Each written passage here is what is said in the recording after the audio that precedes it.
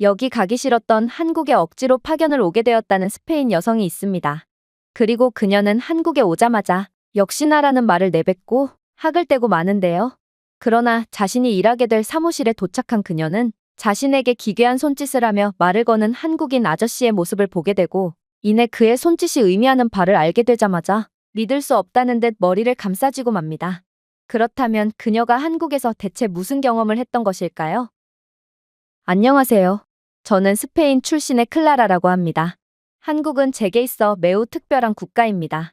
살면서 한 번쯤은 힘들고 버거운 상황에 처할 때가 있고 많은 사람들이 숨이 막힐 것 같은 느낌이 들면 어디로 가야 하나요? 또는 현실 세계가 너무 답답할 때 어떤 희망을 가져야 하나요? 라는 의문을 자신 스스로에게 해본 적이 있을 텐데 저는 그때마다 한국을 외치곤 했거든요.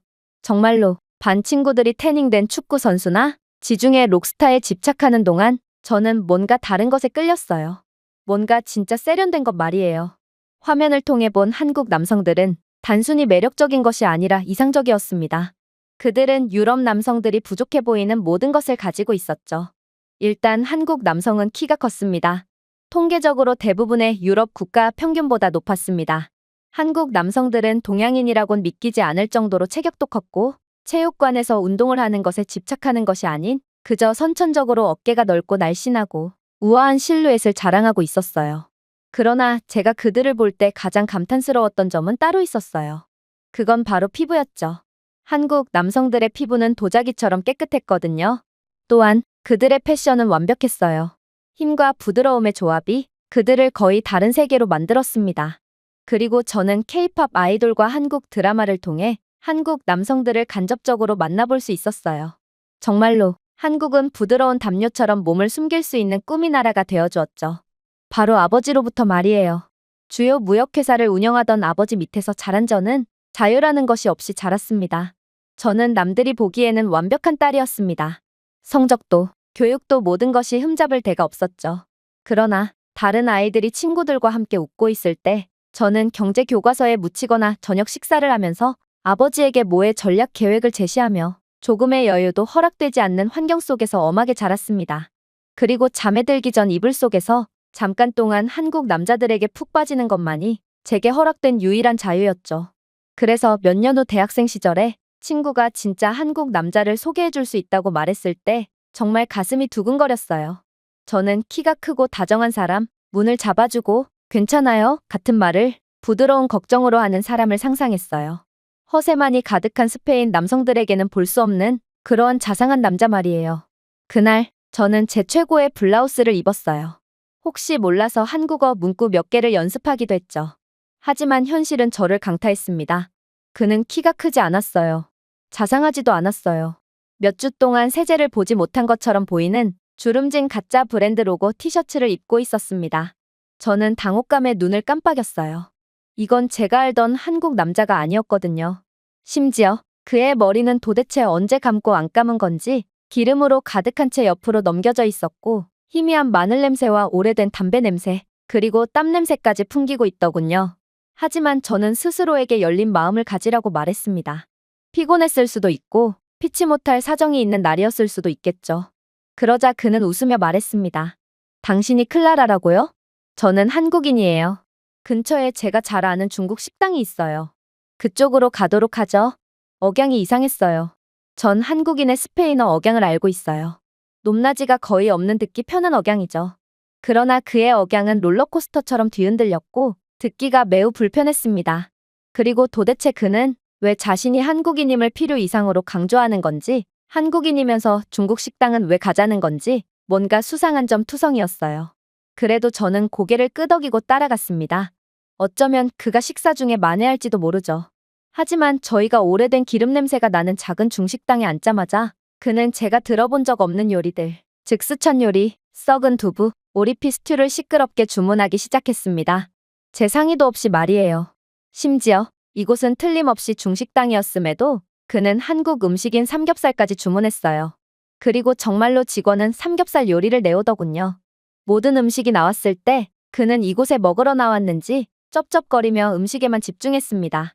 불편함을 숨기려고 했지만 그가 이따금씩 내뱉는 문장 중간에 불쾌한 씹는 소리와 입속에서 씹다 남은 음식이 튀면서 삼겹살이 왜 중국 음식인지 설명하는 것이 봐주기 힘들었습니다. 저는 눈을 깜빡였습니다. 삼겹살은 한국 음식 아닌가요?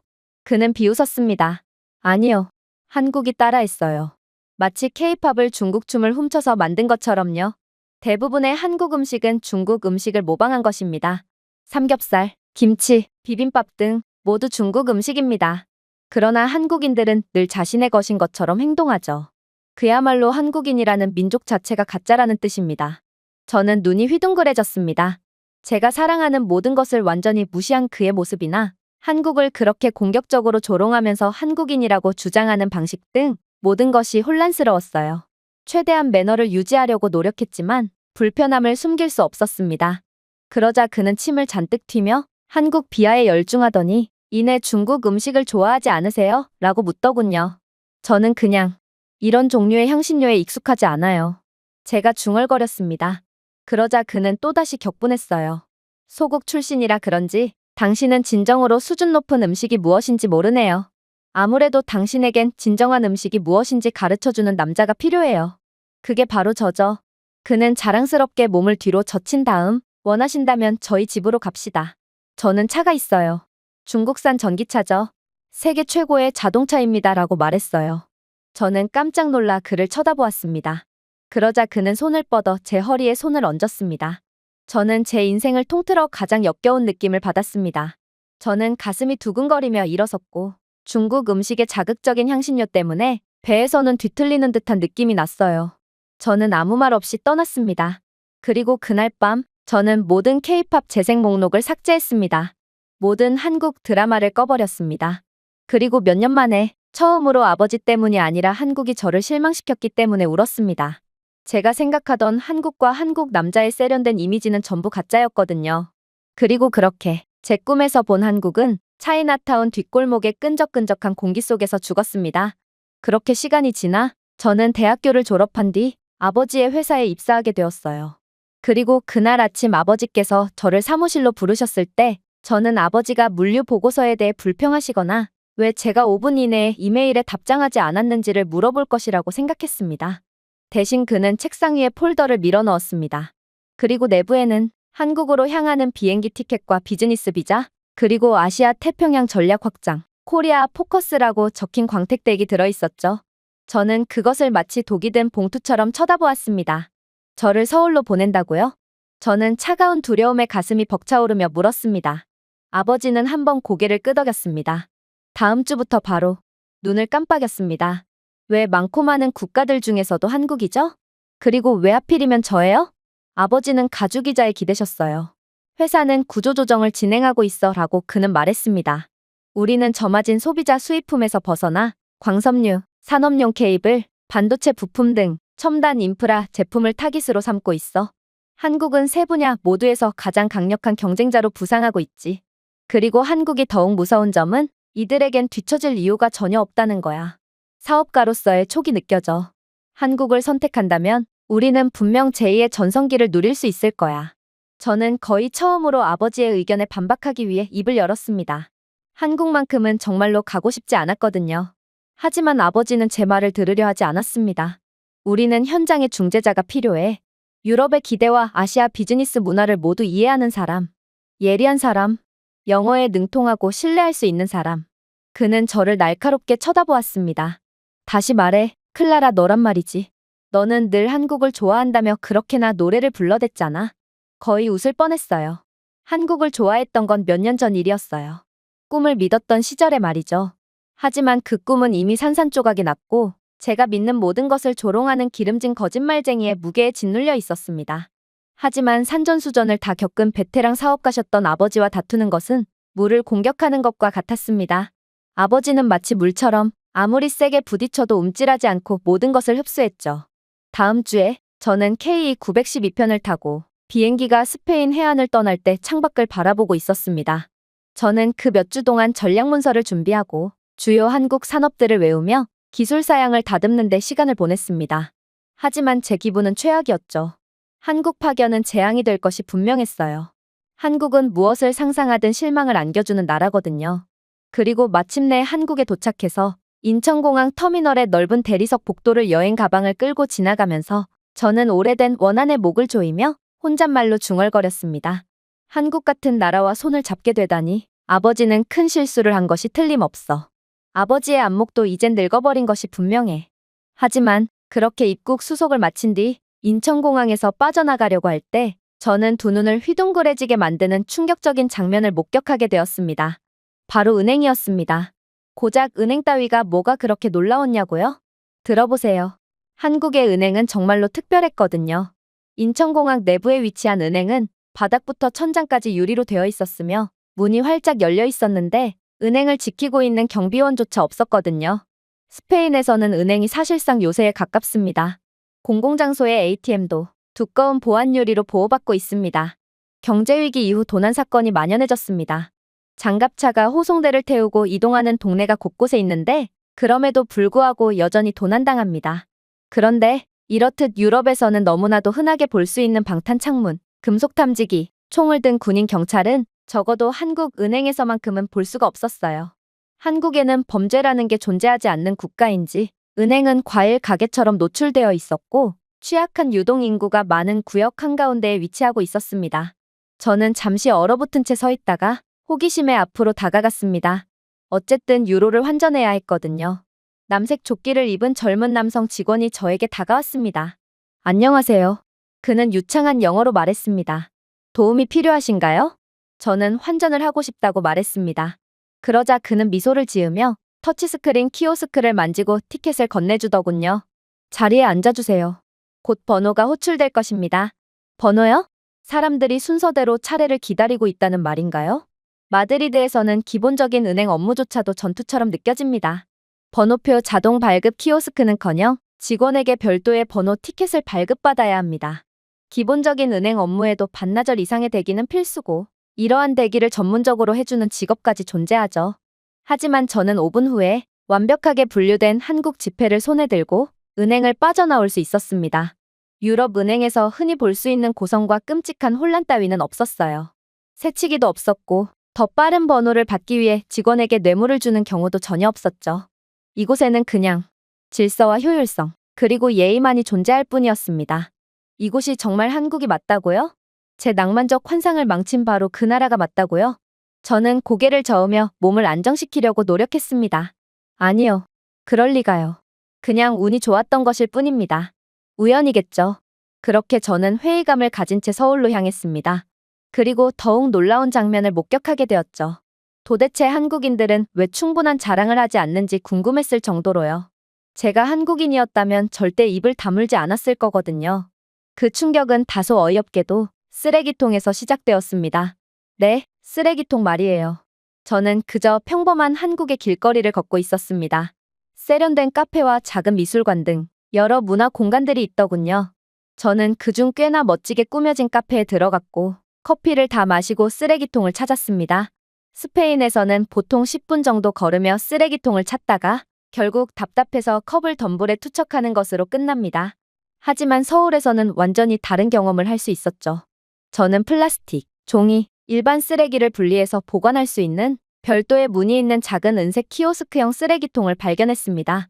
제가 다가가면 각각 센서가 켜졌고 자동으로 열리며 한국어와 영어로 부드럽게 적절한 처리에 대해 감사의 인사를 전했습니다. 솔직히 조금 부끄러워졌어요. 한국은 이런 최첨단의 인프라를 가지고 있으면서도 자랑을 일절 안 했거든요. 하지만 스페인의 고향에서는 우리의 음식, 해변, 축구에 대해 죽기 살기로 자랑하죠. 별것도 아닌 건데도 말이에요. 그리고 길을 걷다 보니 약국이 보이더라고요. 이건 제게 있어 큰 기회였습니다. 기내식에 문제가 있었는지 저는 인천공항에 도착하자마자 불편함을 느끼던 차였거든요.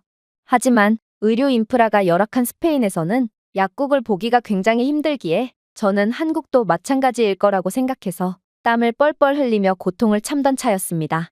그러나 한국에서는 눈만 돌리면 약국이 존재하는 미친 듯한 의료 인프라를 보유하고 있더군요. 그래서 황급히 약국 안으로 향했습니다. 그런데 이곳에도 키오스크가 있더군요. 사업 비자를 발급받았던 저는 보험카드를 터치스크린으로 두드렸고 몇 초 만에 카운터 뒤에 있는 로봇팔이 올바른 약을 골라 쟁반에 담아 배달했습니다. 약사는 일어설 필요조차 없었어요. 조용하고 빠르고 깨끗했습니다. 그리고 저는 생각했죠. 이것은 의료가 아니었습니다. 이것은 예술이었습니다. 마드리드에서는 손으로 쓴 전표를 약국에 가져가서 비좁은 공간에서 누군가가 약을 수동으로 찾을 때까지 기다려야 합니다. 종종 잘못된 약을 받게 되지만 아무도 책임을 지지 않죠. 그래서 만약 이게 바로 한국인들의 평범한 일상이라면, 그리고 제가 만약 이러한 편리한 삶을 누릴 수 있는 한국인이었다면, 저는 이러한 제 조국이 미치도록 자랑스러웠을 것 같았습니다. 너무 자랑스러워서 옥상에서 소리치기까지 했겠죠. 그래서 더더욱 이러한 한국의 최첨단의 모습을 믿지 못한 것 같아요. 제가 만났던 한국 남자가 자신의 조국을 비하했던 것을 생각해 보세요. 도대체 얼마나 형편없는 국가면 자기 입으로 자신의 조국을 욕할 수가 있나요? 그렇게 저는 또다시 이것도 우연이라며 자기 최면을 걸 뿐이었습니다. 하지만 생각지도 못했던 놀라운 일들은 계속해서 일어났어요. 일단 제가 한국에서 일할 사무실부터가 그랬어요.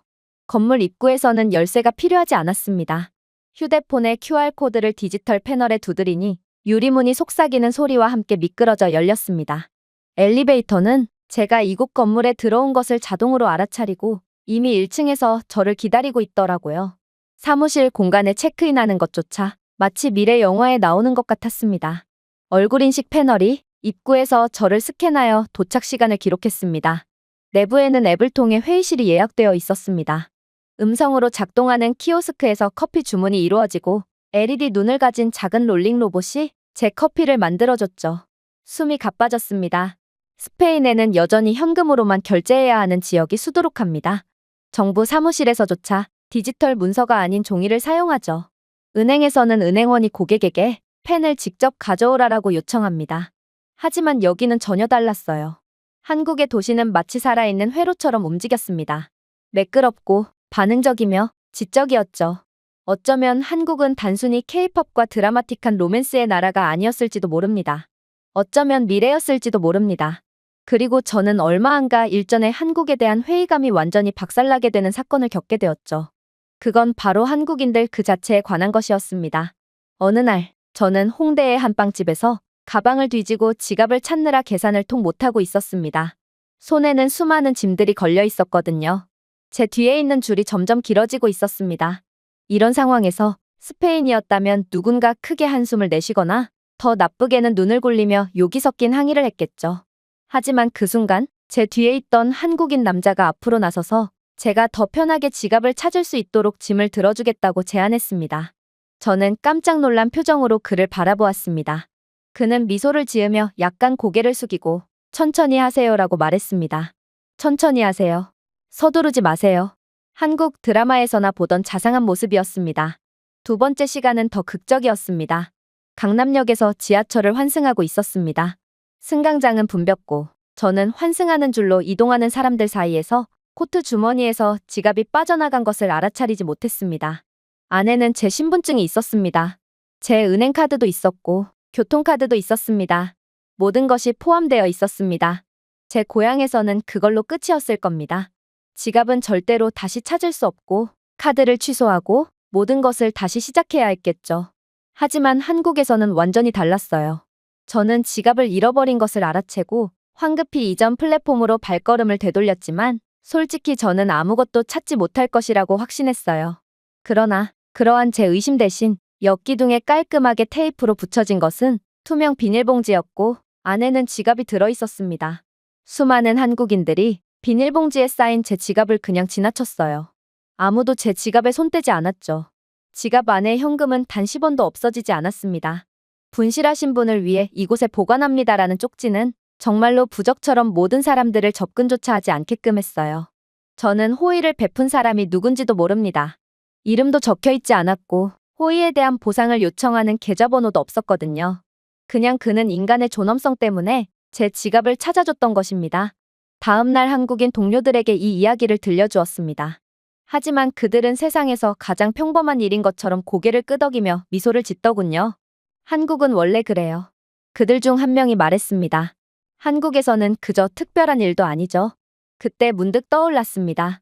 한국인들은 자신들이 얼마나 특별한지 깨닫지 못합니다. 스페인에서는 공공자전거가 사라집니다. 도로 표지판은 훼손되어 있습니다. 현금 보상이 없는 한 분실된 휴대폰을 돌려주는 사람은 아무도 없습니다. 하지만 한국에서는 달랐어요. 저는 한국인 학생들이 쓰러진 교통 원뿔을 세우기 위해 멈추는 것을 본 적이 있습니다. 통근자들은 급할 때에도 지하철의 질서를 위해 완벽하게 조용한 줄을 형성합니다. 여기 보이지 않는 코드가 있었어요. 공유 공간에 대한 깊고 신성한 존중, 낯선 사람들에 대한 존중, 사회가 모두가 함께 돌볼 때만 작동한다는 배려심 깊은 생각. 그것은 단순한 문명이 아닙니다. 그것이 바로 최고 수준의 문화입니다. 저는 가끔 지하철을 둘러보며 궁금해하기도 했어요. 이렇게 빠르고 이렇게 혼잡한 나라가 어떻게 여전히 최고 수준의 예의를 유지하고 있을 수가 있을까요? 하지만 저는 기억해냈죠. 한국을 정의하는 것은 속도가 아닙니다. 속도의 배후에 있는 사람들입니다. 낯선 사람을 위해 자리를 양보하는 사람들, 배달원을 위해 엘리베이터를 잡아주는 사람들, 관광 안내 책자에서는 찾을 수 없는 모습입니다. 하지만 한국인들은 분명 한국을 잊을 수 없게 만드는 결정적인 요인이었습니다. 그러다가 만난 게 바로 현수 씨였어요. 회의실에서 그를 만나게 되었죠. 그는 고성능 섬유 인프라 분야의 새로운 잠재 파트너인 한국 케이블 제조회사의 수석 프로젝트 엔지니어였습니다. 저희 회사는 다가오는 계약 사양을 충족할 수 있는 공급업체를 평가하기 위해 1년의 대면 상담을 주선했습니다. 저는 기술적 타당성을 평가하기로 되어 있었습니다. 그게 다입니다. 그리고 그는 들어왔습니다. 키가 크고 어깨가 넓었어요.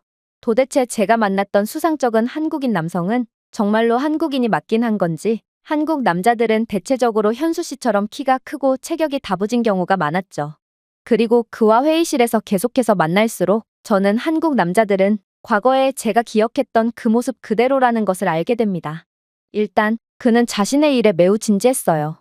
그는 대본 없이도 1시간 동안 복잡한 케이블 기술에 대해 최대한 쉽게 설명해 주었어요. 방호 방식, 신호 감쇄 수준, 해상 압력하에서의 대역폭 안정성 등 그는 열정적으로 자신의 일을 해냈죠. 그의 설명 중에 누가 질문을 건네도 그는 잠시 멈추고 미소를 지으며 질문을 기다렸습니다. 제가 질문을 했을 때도 한국 남자인 현수 씨는 귀를 기울였습니다. 휴대폰을 확인하거나 시계를 보지 않고 말이죠. 한국 남자들은 드라마에서 보던 대로 배려심이 매우 깊었습니다. 어느 순간 저희 팀원이 기술 용어에 대해 망설이자 현수 씨는 부드럽게 끼어들며 말하더군요. 아, 당신이 말하고자 하는 것은 폴리에틸렌 단열재인 것 같아요. 그리고 그는 저를 향해 중요해요. 전체 14성 범위가 박기조라고 덧붙였습니다. 한국 드라마 속의 한국인 주인공들은 늘 자신의 일에 열심이고 팀을 위해 헌신하던데 그건 정말로 한국인들의 특성인 거였습니다. 그렇게 저는 현수 씨와 가까워지게 됩니다. 그리고 한 번은 근처의 갈비 식당에서 단둘이 식사를 하게 되었죠. 저는 그간의 한국인들에 대한 오해를 털어놓았습니다. 마드리드에서 만났던 한국 남자에 대해서 말이죠. 허세, 무례한 농담, 삼겹살 사건, 한국 음식은 전부 중국 음식을 따라했다는 주장에 대해서 말이에요. 제 허리에 있던 어색한 손조차도 전부 말입니다. 그러자 현수 씨는 충격적인 대답을 해오더군요. 지금 바로 말씀드릴게요. 그가 말했습니다. 그 남자는 한국 사람이 아니에요. 저는 그를 바라보았습니다. 어떻게 그렇게 확신할 수 있나요? 그의 어조는 마치 과학자가 유사과학을 반박하는 것처럼 예의 바르고 단호하게 유지되었습니다. 우선 어떤 한국인도 삼겹살이 중국 음식이라고 주장하지 않을 것입니다. 말도 안 돼요. 삼겹살은 우리의 가장 전통적이고 국가적으로 사랑받는 요리 중 하나입니다. 오죽했으면 한국에는 삼겹살 데이까지 있을 정도죠. 그는 손가락 2개를 들었습니다. 둘째, 한국에서는 쌈을 2입에 베어 먹는 것이 단순히 흔한 일이 아니라 눈살을 찌푸리게 합니다. 한국에서는 3살짜리 어린아이조차 한 쌈을 한 입에 깨끗이 마치는 법을 배웁니다. 식욕이 아니라 에티켓에 관한 것이라는 말입니다. 셋째, 그는 덧붙였습니다. 우리는 방금 만난 여성들을 건드리지 않습니다. 한국의 사회 문화는 꽤나 보수적입니다. 그가 한 행동은 심지어 친한 친구에게도 매우 무례하게 여겨질 것입니다. 외국에서 중국인들이 한국인인 척하며 이익을 취하고 있다는 이야기를 들은 적이 있어요. 요즘 한국 문화가 엄청난 인기를 끌고 있고 외국에서조차 한국인들을 선호하는 분위기가 형성되자 중국인들이 이러한 한국인에 대한 인기를 독차지하기 위해 전 세계를 속이고 있다고 하더군요.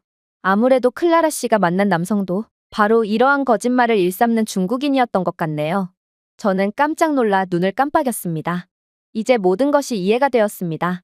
모든 불일치, 기괴한 억양, 어색한 논리, 중국인은 자신의 국적을 속이고 있던 거였습니다. 저는 그저 공허하게 웃었습니다. 저는 한국인도 아닌 누군가에게 쏘가 그렇게나 좋아하던 한국에 대한 증오심을 키우게 되었어요. 이 얼마나 바보 같은 일인가요? 현수는 시선을 고정한 채 저를 향해 돌아섰습니다. 우리 모두 어느 순간 거짓말에 당하곤 합니다. 중요한 것은 당신이 그 후에 어떻게 대응을 하느냐입니다. 그 순간 저는 제 안에서 무언가 변화를 느꼈습니다. 제 어리석은 편견에 대한 수치심, 진실의 안도감, 그리고 가장 예상치 못한 순간에조차도 보이는 한국 남자의 따뜻함. 정말로 제가 오해를 하고 있던 거였습니다. 하지만 더욱 놀라웠던 부분은 따로 있었습니다. 그건 바로 현수 씨의 나이였죠. 아무리 늙어도 30대 초반인 줄 알았던 그는 알고 보니 40대 후반이었기 때문이죠. 그의 매끄러운 피부를 고려한다면 그가 40대 후반인 것은 정말 말이 안 됐어요. 저는 그가 장난을 치는 줄 알았죠. 하지만 그는 한국인들은 선천적으로 피부가 좋고 자신은 한국에서 그렇게 동안인 편도 아니다라는 충격적인 주장을 해올 뿐이었어요. 상관없었어요. 저는 그를 단지 외모나 나이 때문에 매력적이라고 느낀 것이 아니었거든요. 제가 처음에 한국 남자들에게 매력을 느꼈던 자상함과 배려심 때문이었죠. 그렇게 저와 현수 씨는 진지한 관계로 발전하게 됩니다. 하지만 이러한 한국에서의 예상치도 못했던 최고의 경험은 그다지 오래가지 않았습니다. 왜냐하면 저희 회사에 크나큰 문제가 발생하고 말았거든요. 분명 아버지는 한국이야말로 저희 회사가 추구해야 할 최고의 나라고 한국의 발전은 저희 회사에 많은 이익을 가져다 줄 거라고 하셨지만 정작 아버지가 선택한 건 한국이 아니라 중국이었거든요. 아버지는 마진이 낮은 소비재에서 벗어나 통신 인프라, 에너지 케이블, 해양 데이터 네트워크 등 고부가가치 부문에 진출하고자 했는데 결국 이러한 고부가가치 부문의 높은 단가에 부담을 느꼈는지 말도 안 되는 단가를 제시한 중국의 회사에 운명을 걸었던 것입니다. 저는 이러한 아버지의 잘못된 결정에 대해 현수 씨에게 털어놨어요. 그의 표정 변화는 미묘했습니다. 화가 났다기보다는 안타까움을 느끼는 것 같았어요. 아버지는 규모에 매료되었습니다. 라고 저는 계속했습니다. 가격 말이에요. 중국 공급업체는 단가를 30% 낮췄습니다. 저는 고개를 저었습니다. 물론 선물도 있었습니다. 저녁 식사도 있었고 로비도 있었습니다. 우리 이사회 멤버들 중 일부는 사실상 중국에서 왕족 취급을 받았습니다. 그것은 한국이 하지 않은 일이었습니다. 당연히 그럴 필요가 없었죠. 한국은 기술력으로 정평이 나 있는 국가입니다. 즉, 저희 회사가 아니라도 다른 국가들에서 계약을 하기 위해 줄을 서 있는 상태죠. 기술력에 자신이 있는데 왜 구태여 그런 짓을 하겠어요? 결국 이어진 일은 참담했습니다. 중국과의 계약은 처음에는 작게 시작했습니다. 약간의 배송 지연, 잘못된 송장, 포장 불일치. 그러나 곧이어 진짜 타격이 찾아왔습니다. 저희가 받은 광섬유 케이블은 시험 단계에서 테스트한 것이 아니었습니다. 재료는 저급 폴리에틸렌, 저차단 차폐 등 다양했습니다. 이건 명백한 계약 위반이었죠. 저희 엔지니어들은 첫 번째로 받은 물건들이 세계의 클라이언트 사이트에서 현장 테스트에 실패한 후에야 문제가 있다는 것을 알아챘습니다. 그러다 거의 50만 유로에 달하는 결제 트렌치 중 하나가 실종되었습니다. 알고 보니 우리는 아무도 검증하지 않은 자회사에 상장된 거의 동일한 이름의 가짜 회사에 자금을 송금하고 있었습니다. 중국 측 공급업체는 책임을 부인하더군요. 중국을 결정했던 이사회는 당황했습니다. 아버지는 재협상을 시도했습니다. 그때 상황이 더욱 나빠졌습니다. 중국 공급업체가 계약 위반이라는 말도 안 되는 이유로 계약을 일방적으로 파기한 것입니다. 그들은 저희에게 불합리한 요구를 한다고 비난했고 추가 배송을 거부한 후 지불금뿐만 아니라 수개월에 걸친 기술 문서를 임의로 가져가기까지 했어요. 소송을 제기할 수도 없었습니다. 그들의 관할권은 국내였거든요. 결국 중국 회사와 계약한 지 6개월 만에 저희 회사의 평판은 급락하기 시작했습니다. 고객들이 빠져나가기 시작했죠. 유럽 최고의 데이터 그리드 제공업체 중 하나가 품질을 이유로 저희와의 계약을 해지했습니다. 그리고 이를 시작으로 아버지가 30년 넘게 쌓아온 유산이 무너지기 시작했습니다. 현수 씨는 제가 말을 할 때 아무 말도 하지 않고 조용히 귀를 기울였습니다. 제가 말을 마치자 그는 천천히 숨을 들이쉬며 생각보다 이런 일이 더 많이 일어나네요 라고 말했습니다. 저는 놀란 표정으로 그를 바라보았습니다. 우리도 본 적이 있습니다 라고 그는 말했습니다. 유럽 기업들은 우리보다 중국을 선택하곤 했습니다. 더 저렴한 가격, 말도 안 될 정도로 더욱 화려한 약속. 하지만 그런 말뿐인 조건을 믿고 중국과 계약한 업체들은 다들 끝이 안 좋았죠. 저는 천천히 고개를 끄덕였습니다. 그래서 제가 직접 스페인으로 다시 가려고요. 아버지의 실수를 바로잡을 사람은 저밖에 없어요. 멍청한 이사회 대신 제가 아버지께 한국이 단순한 플랜 B가 아니라는 것을 설득할 거예요. 그렇게 저와 현수 씨는 직접 스페인으로 향했습니다. 현수 씨는 저를 위해 왜 한국을 선택해야만 하는지에 대한 논리적인 자료를 준비해 주었어요. 그리고 저희는 심호흡을 한 뒤 마드리드에 위치한 본사 회의실로 들어갔죠. 아버지는 익숙한 회의적인 눈빛으로 에스프레소를 한 모금 마셨습니다. 우리는 변화가 필요하다고 생각해요. 제가 말했습니다. 당장 중국을 떠나요. 한국과 함께 가야 해요. 그는 눈썹을 치켜 올렸습니다. 클라라, 내 한국인 친구 때문에 이걸 추천하는 거니? 사업가는 냉정해야 한단다. 감정에 휘둘리면 절대로 돈을 벌 수 없어. 아니요. 저는 단호하게 말했습니다. 한국이 할 수 있는 일을 직접 눈으로 보았기 때문에 추천하는 거예요. 그리고 현수 씨의 놀라운 프레젠테이션이 시작되었어요. 현수 씨의 회사가 포함된 한국 공급업체들이 제때를 넘어 조기에 물건을 배송한 방법, 그들의 자재가 어떻게 테스트를 할 때마다 결함이 없을 수가 있는지 등이 포함되었죠. 아버지는 귀를 기울였지만 이마에는 주름이 남아 있었습니다. 하지만 가격 경쟁력은 그다지 높지 않아 라고 그는 말했습니다. 나도 알아. 한국은 정확하고 믿을 수 있는 국가라는 것을 말이야.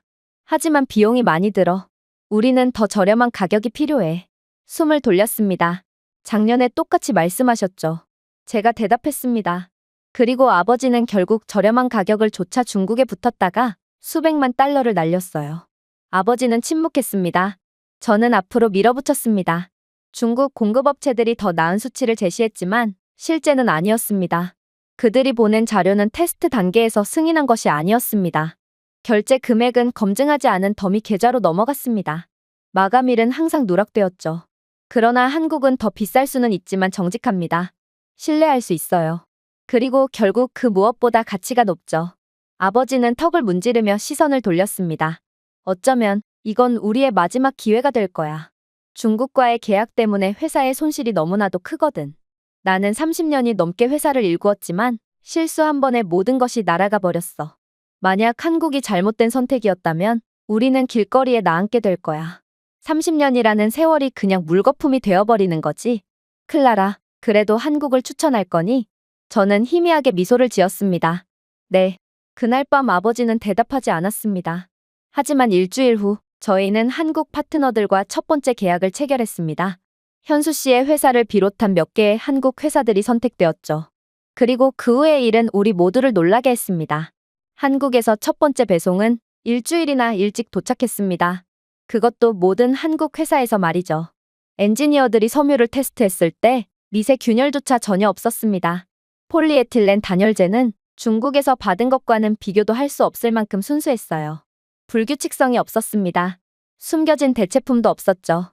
계약 해지 위기에 처했던 저희 회사의 유럽 최대 고객은 첫 번째 한국 배송이 도착한 후 다시 전화를 걸어 이런 품질은 몇 년 동안 볼 수 없었던 것입니다 라고 말했습니다. 이 기점으로 중국산 때문에 잃어버리기 직전이었던 다른 회사들도 전부 저희 회사를 다시 신뢰하기 시작했어요. 그렇게 저희 회사는 한국을 선택한 것만으로 4개월 만에 손실의 70%를 회수했습니다. 시간이 지날수록 저희가 잃어버렸던 회사들도 다시 돌아오기 시작했어요. 우연히 당신들이 제공하는 샘플을 확인하게 되었어요. 이게 대체 어떻게 된 거죠? 회사 창립 이래 이 정도로 고성능의 케이블은 처음 봅니다. 모든 케이블 가닥은 일관성이 있고 모든 전압 허용 오차는 정확히 범위 내에 있어요. 전 세계 그 어떤 선진국들도 이렇게나 고품질의 일관된 성능의 케이블을 만들어내지는 못할 거예요. 도대체 이런 걸 어떻게 구한 거죠? 소문을 듣고 더 많은 회사들이 저희와 계약을 맺기 위해 줄을 섰습니다. 당연했죠. 한국산이 비싸 보여도 장기적으로 봤을 때는 완벽한 기술력을 갖춘 한국산이 조악한 중국산보다 10배는 더 나았거든요. 고객들은 한국이 자체 개발한 중앙 집중식 대시보드 하나로 단일 터미널에서 수천 킬로미터에 달하는 설치된 케이블을 모니터링하여 장애가 발생하기 전에 미리 예측할 수 있었는데 이것만으로도 저희 제품 라인은 유럽 시장에서 독보적인 위치를 차지하게 되었습니다. 막대한 유지보수 비용을 절약할 수 있는 건 정말 믿기지 않는 메리트였거든요. 이러한 한국산에 미친 듯한 성능에 의구심을 가진 경쟁업체 독일 측은 말도 안 된다며 세부 검사를 진행해보기도 했어요. 그리고 이 테스트에서 한국 케이블 라인은 중국산에 비해 높은 습도와 온도 변동성 조건에서 5배 더 오래 지속되는 놀라운 결과를 이끌어냈죠. 이뿐만이 아니었습니다. 신호 저하는 미미했고 오류율이 0.01% 미만이었어요. 한국산은 중국산보다 더 나은 정도가 아니라 최고의 선택이었던 것이었습니다. 하지만 가장 경악스러웠던 점은 따로 있었어요. 이탈리아에 있는 고객 중 한 명이 실수로 데이터 노드를 역방향으로 설치했는데 이는 전적으로 그들의 잘못이었어요. 당연히 연결이 실패했고 이탈리아 팀은 긴급한 교체를 요구했습니다. 다른 공급업체였다면 누구나 반발했을 것입니다. 당연히 거절했을 것이고 추가 요금이 부과되겠죠. 하지만 한국팀은 달랐어요. 그들은 48시간 이내에 수정된 모듈을 보냈고 추가 요금 없이 이탈리아어로 된 비디오도 포함시켰습니다. 제가 그들에게 감사 인사를 하려고 전화했을 때 한국인 엔지니어는 그냥 이렇게 말하더군요. 우리는 이것을 고객의 잘못으로 보지 않습니다. 우리는 이것을 우리의 공동 책임으로 봅니다. 그것이 차이점이었습니다. 중국과 함께할 때 저희는 항상 불확실했고 모든 약속의 선을 읽으려고 줄타기를 하고 있었습니다. 한국과 함께할 때 저희는 견고한 땅을 걸었습니다. 한국 기업들은 단지 제품만을 제공한 것이 아닙니다. 그들은 진실성을 제공했습니다. 그들은 모든 거래를 일회성이 아닌 관계처럼 대했습니다. 그들은 변명하지 않았습니다. 그들은 어떤 일이든 잘 해냈습니다. 울산의 한 생산 시설에서 케이블을 검사하는 한국 노동자들의 조용한 영상을 보면서 아버지가 저에게 한번 말씀하셨습니다. 한국인들은 기계와 비슷하지만 더 정확해. 그리고 어떻게든 더 인간적이지. 뭐 이런 인간들이 다 있는지. 한국이 미친 듯한 발전을 이룩해낸 게 이제야 이해가 가는구나. 이런 무지막지한 인간들이라면 분명 세상에 못하는 일 따위는 없었을 거야. 그렇게 아버지는 점점 변하셨어요. 그리고 어느 날 저녁 아버지는 제게 전화를 하시더군요. 내가 틀렸었어. 그는 조용한 목소리로 말했습니다. 한국말이야. 진작에 한국을 믿었다면 이런 불필요한 손해도 없었겠지. 정말로 한국이 아니었다면 그동안 내가 일군 30년의 노력은 물거품이 되어버렸을 거야. 그러고 나서 잠시 멈춘 후 다시 말을 이어나갔어요. 너와 함께 온 한국인 엔지니어와 만나봤어. 예의 바른 젊은이더군. 그 한국인이라면 너를 믿고 맡길 수 있을 것 같구나. 맙소사, 아버지는 저와 현수 씨와의 관계를 알고 있던 거였습니다. 하지만 아버지의 말씀 중 한 가지는 틀렸어요. 현수 씨는 딱히 젊은이는 아니었거든요. 그리고 저는 지금이야말로 아버지의 선택에 쐐기를 박을 때라는 것을 직감했죠. 그는 딱히 젊진 않은데요. 현수 씨는 48살이에요. 침묵은 짧았지만 분명했습니다. 글쎄, 아버지는 떨리는 목소리를 애써 진정시키며 말했습니다. 그는 30살쯤 돼 보이는걸? 한국인들은 원래 다들 이 정도로 젊어 보이는 거니? 하지만 그래도 나는 그가 마음에 든다. 자랑하지 않고 허세를 부리지도 않지. 그러한 겸손한 점이 마음에 들어. 스페인 놈들은 쥐뿔도 없으면서 어찌나 허세를 부리고 똥배짱을 부리던지 그런 속빈 놈들보단 나이가 조금 많더라도 한국인 녀석이 조금 더 나은 것 같구나. 솔직히 그렇게나 보수적이던 아버지가 나이가 많은 현수 씨를 받아들일 줄은 몰랐어요. 하지만 생각해보면 한국인 현수 씨는 아무도 설득할 필요가 없었을지도 몰라요. 그냥 나타나서 자신의 모습 그대로가 되기만 하면 되었을지도 모르죠. 결국 젊은 나이가 중요한 것이 아니었기 때문입니다. 존재감, 그리고 신뢰. 한국인들은 깊은 인상을 주려고 하지 않아요. 아이러니하게도 그래서 한국인들을 잊을 수가 없는 거죠. 사람들은 여전히 저에게 어떻게 저보다 20살이나 많은 한국 남자에게 빠지게 되었는지 묻습니다. 그리고 저는 그럴 때마다 말하죠. 절제되고 겸손하고 다정하며 지능적인 그런 따뜻한 사람들이 바로 한국인들이고 그래서 한국인들은 나이에 관계없이 누구나 인기가 많은 거라고 말이에요. 아무튼 그렇게 저는 한국을 추천해서 회사를 구한 대가로 전체 유럽 지역의 전략 개발 책임자라는 새로운 직책을 제안받았습니다. 사내 최연소 기록이었죠. 아마 1년 전만 해도 저는 기쁨의 눈물을 흘렸을 것입니다. 하지만 지금은 이메일에 답장하기조차 귀찮더군요. 한국을 벗어나는 직책 따위는 아예 관심이 없었거든요. 그날 저녁, 저는 서울 북부의 조용한 카페에 앉았습니다. 현수 씨는 제 맞은편에 앉아 항상 그랬던 것처럼 인내심을 가지고 조용히 두 손으로 차를 따라주었습니다. 밖에서는 비가 부드러운 물결 속에 내리며 세상을 수채화시키고 있었습니다. 스페인으로 돌아갈래요? 그가 부드럽게 물었습니다. 컵에서 올라오는 증기를 내려다보다가 천천히 고개를 저었습니다. 아니요. 제가 말했습니다. 저는 남을 거예요. 그것은 단지 사랑에 관한 것만이 아니었습니다. 비록 그를 사랑하긴 했지만 이 선택은 한국에 관한 것이었습니다. 생각해보세요. 낯선 사람들이 아무 생각 없이 지갑을 돌려준 곳, 세계에서 가장 편리하고 기술적인 인프라, 전통과 기술이 만나는 곳을 대체 제가 왜 벗어나야 한단 말인가요? 저는 한국에서 신뢰감을 느꼈습니다. 그리고 저는 그것을 두고 갈 준비가 되어 있지 않았습니다. 제가 낯선 나라를 선택하는 것이 힘들지 않았냐고요? 하지만 밤 11시에 길을 걷다가 네온 사인 가게를 지나 학생들이 매우 안전함을 느끼며 야식을 나눠 먹는 장면을 보며 밤 12시가 넘어도 안전한 대중교통이 멀쩡하게 운행되는 모습을 보면 그리고 4가지 언어로 된 지하철 안내 방송을 들을 때 한 명의 사람도 앞서 나가려고 하지 않고 질서를 지키는 모습을 보면 저는 다시 돌아가는 것을 상상할 수조차 없게 됩니다. 한국이 바로 제가 살아갈 제2의 고향인 것입니다. 제가 준비해온 내용은 여기까지입니다. 끝까지 시청해주셔서 진심으로 감사드리며 여러분들의 구독과 좋아요, 알림 설정은 영상 제작에 큰 힘이 됩니다. 이상 세모튜브였습니다.